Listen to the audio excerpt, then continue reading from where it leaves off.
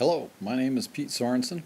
I've been talking to you for the last few minutes about the syllabus for Business Ethics and Social Responsibility 3880, University of North Texas at Dallas. We're going into part 2 of the syllabus, and the first piece we're going to look at here is the course outline and the schedule for the course. Week number 1, which is this week, that's really strange, no reference at all, is the 29th, the 30th of August 2012. This is a day when we get introduced to the syllabus and kind of get the lay of the land in terms of how the course is going to operate and the requirements that are going to be made of you. So that's the purpose of this portion of the syllabus, is to give you that lay of the land in terms of the sequence and how the course is laid out and the topics that we're going to be covering as we go. The first 4 weeks are really looking at the process of thinking. How do you think? It's the foundation for getting into the issues of thinking and behaving ethically.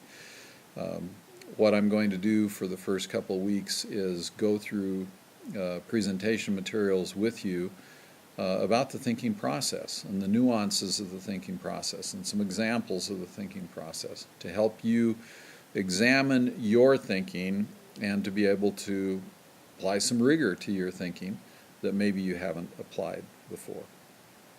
I think it'll be an interesting piece for you. There will be some nuances of it that will be a little bit difficult to grasp, and so I'm hoping that you're going to be willing to ask questions, lots of questions. We're talking about the blocking and tackling of critical thinking, not just accepting everything that comes your way. Now, one of the things that's important for you to understand is that I'm going to be requiring you to use visual thinking, visual display of thinking. The most significant or the most visible manifestation of that is the mind map. With several of your assignments and with each of your examinations, you're going to be required to prepare mind maps and diagrams of the articles that you read. This requires you to analyze, take things apart like we said, and put things back together. So the diagram gives you a lot of analytical detail, and then it puts all of that back together. I've got an article that you'll be handed out if you haven't gotten it already, and it's an interview with Matthew Alexander, done by Dave Davies of Fresh Air on NPR. Alexander wrote To Kill or Capture, very interesting book, and here is a mind map that goes with that I've prepared, and there are 2 pages of mind map and 1 page of diagrams. What I'm expecting you is to do that same thing for some of the articles that you're taking a look at. So I've given you this example for you to develop an understanding as to how I'm expecting you to think visually. So look at that carefully, because that's the kind of thing that you're going to be required to do as we go through the course and on each one of the tests. We're also going to talk about stakeholder diagrams. I didn't give you a handout on that yet. We'll get to that later. And that'll be a very important way of analyzing the relationships between people and the perspectives between people in organizations.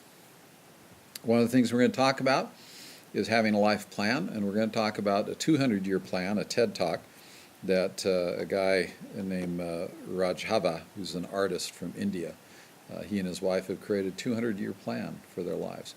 And so we're going to view that TED Talk and then talk about that concept and how it applies to our life. We're also going to be looking at a TED Talk by Meng, who's the Jolly Good Fellow at Google, and he talks about everyday compassion at Google. And one of the things we're going to be requiring you to do is look at your personal values, and Meng has some interesting things to say about how people and organizations can exercise compassion. Third week, we're going to be talking about some difficult stuff. Talk about genocide, and would you be willing to torture people? And that's going to be dicey. going to be difficult, but it's a serious question.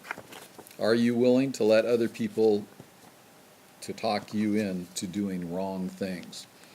Genocide obviously is a little extreme, but since it's happened consistently over the last several hundred years, perhaps we ought to consider it, because there are people talking other people into doing genocide as we speak. We're also going to be talking about whistleblowing on week 4. There's some great stuff on that. And you need to think about, when is the circumstance, what is the circumstance, when is the time when I decide I want to be a whistleblower and turn in somebody for doing stuff that's bad. Interesting issues there. Julian Assange and WikiLeaks. What do you think of that? Is that whistleblowing or is that espionage? So we're going to be talking about some great stuff. Not easy answers. That week 4, you're going to have to deliver dialogue reports. You're going to be split up into teams with some assignments. We'll talk about that in a couple of minutes. On week 5, you've got your first examination. The exams in this class are going to be a little bit different. We'll talk about that in a couple of minutes. And then week 6, we're going to be talking about some thinking models. We'll talk about Badaracco, who's a professor at Harvard, and his model, and we're going to also talk about Marion Jennings. Sarah's going to go over the article 7 Signs of Ethical Collapse with you today. I'm going to be talking a little bit about double, triple, and quadruple bottom lines, going beyond just thinking about financial measures of organizational success. So that should be a fun discussion.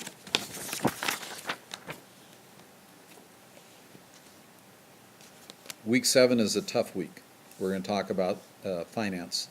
We're going to talk about Enron. We're going to talk about the collapse that we've had in the real estate market, subprime mortgage lending, some of the regulation issues and non-regulation issues, and that'll be a tough discussion, because there are a lot of ethical issues in that neck of the woods. And I talk sometimes about the cyclical nature. Well, it seems like it's about every 5 to 7 years that we have major ethical problems occurring in the financial sector of our country, and talking about the United States. Week 8, we'll talk a little bit about competition. We'll talk a little bit about law and criminal justice, and what is justice and what is fairness and what's ethical when it comes to that. We'll touch on intellectual property also. Then week 9, we talk about governments and geopolitics and war. Don't necessarily want to make pacifists out of you, but want you to at least look at, what are the criteria by which we can ethically go to war and kill people? Because that's part of what happens in war, as you've probably already discovered, that people get killed. And we're going to talk about culture, and we'll even talk about sex. We'll talk about human sex trafficking and slavery, and how governments can get involved in that. Week 10, we'll talk a little bit about sexuality, gender, and race, and what are the ethical issues in those categories of people and humanity. What do we have as far as abuse going on, rape, discrimination? How do we look at some of the civil rights issues and what is or is not a civil rights issue? And in relationship to that, we're going to look at human resource practices and assessment, selection, and development in organizations.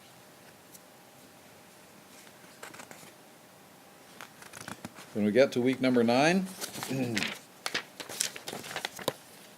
to talk about information technology for 2 weeks. We're going to talk about privacy, accuracy, property, and accessibility on information technology stuff. The information about you, the identity theft kind of stuff. We'll talk about games and gamers. We'll talk about Google and China. 2 weeks where we'll be talking about some great and interesting stuff. Then we'll talk about medicine, medical ethics. We'll talk about unhooking people from life support and some of those ethics. And we'll also, then the next week, 14, we'll be talking about marketing, market research, advertising, and the groundswell, social media.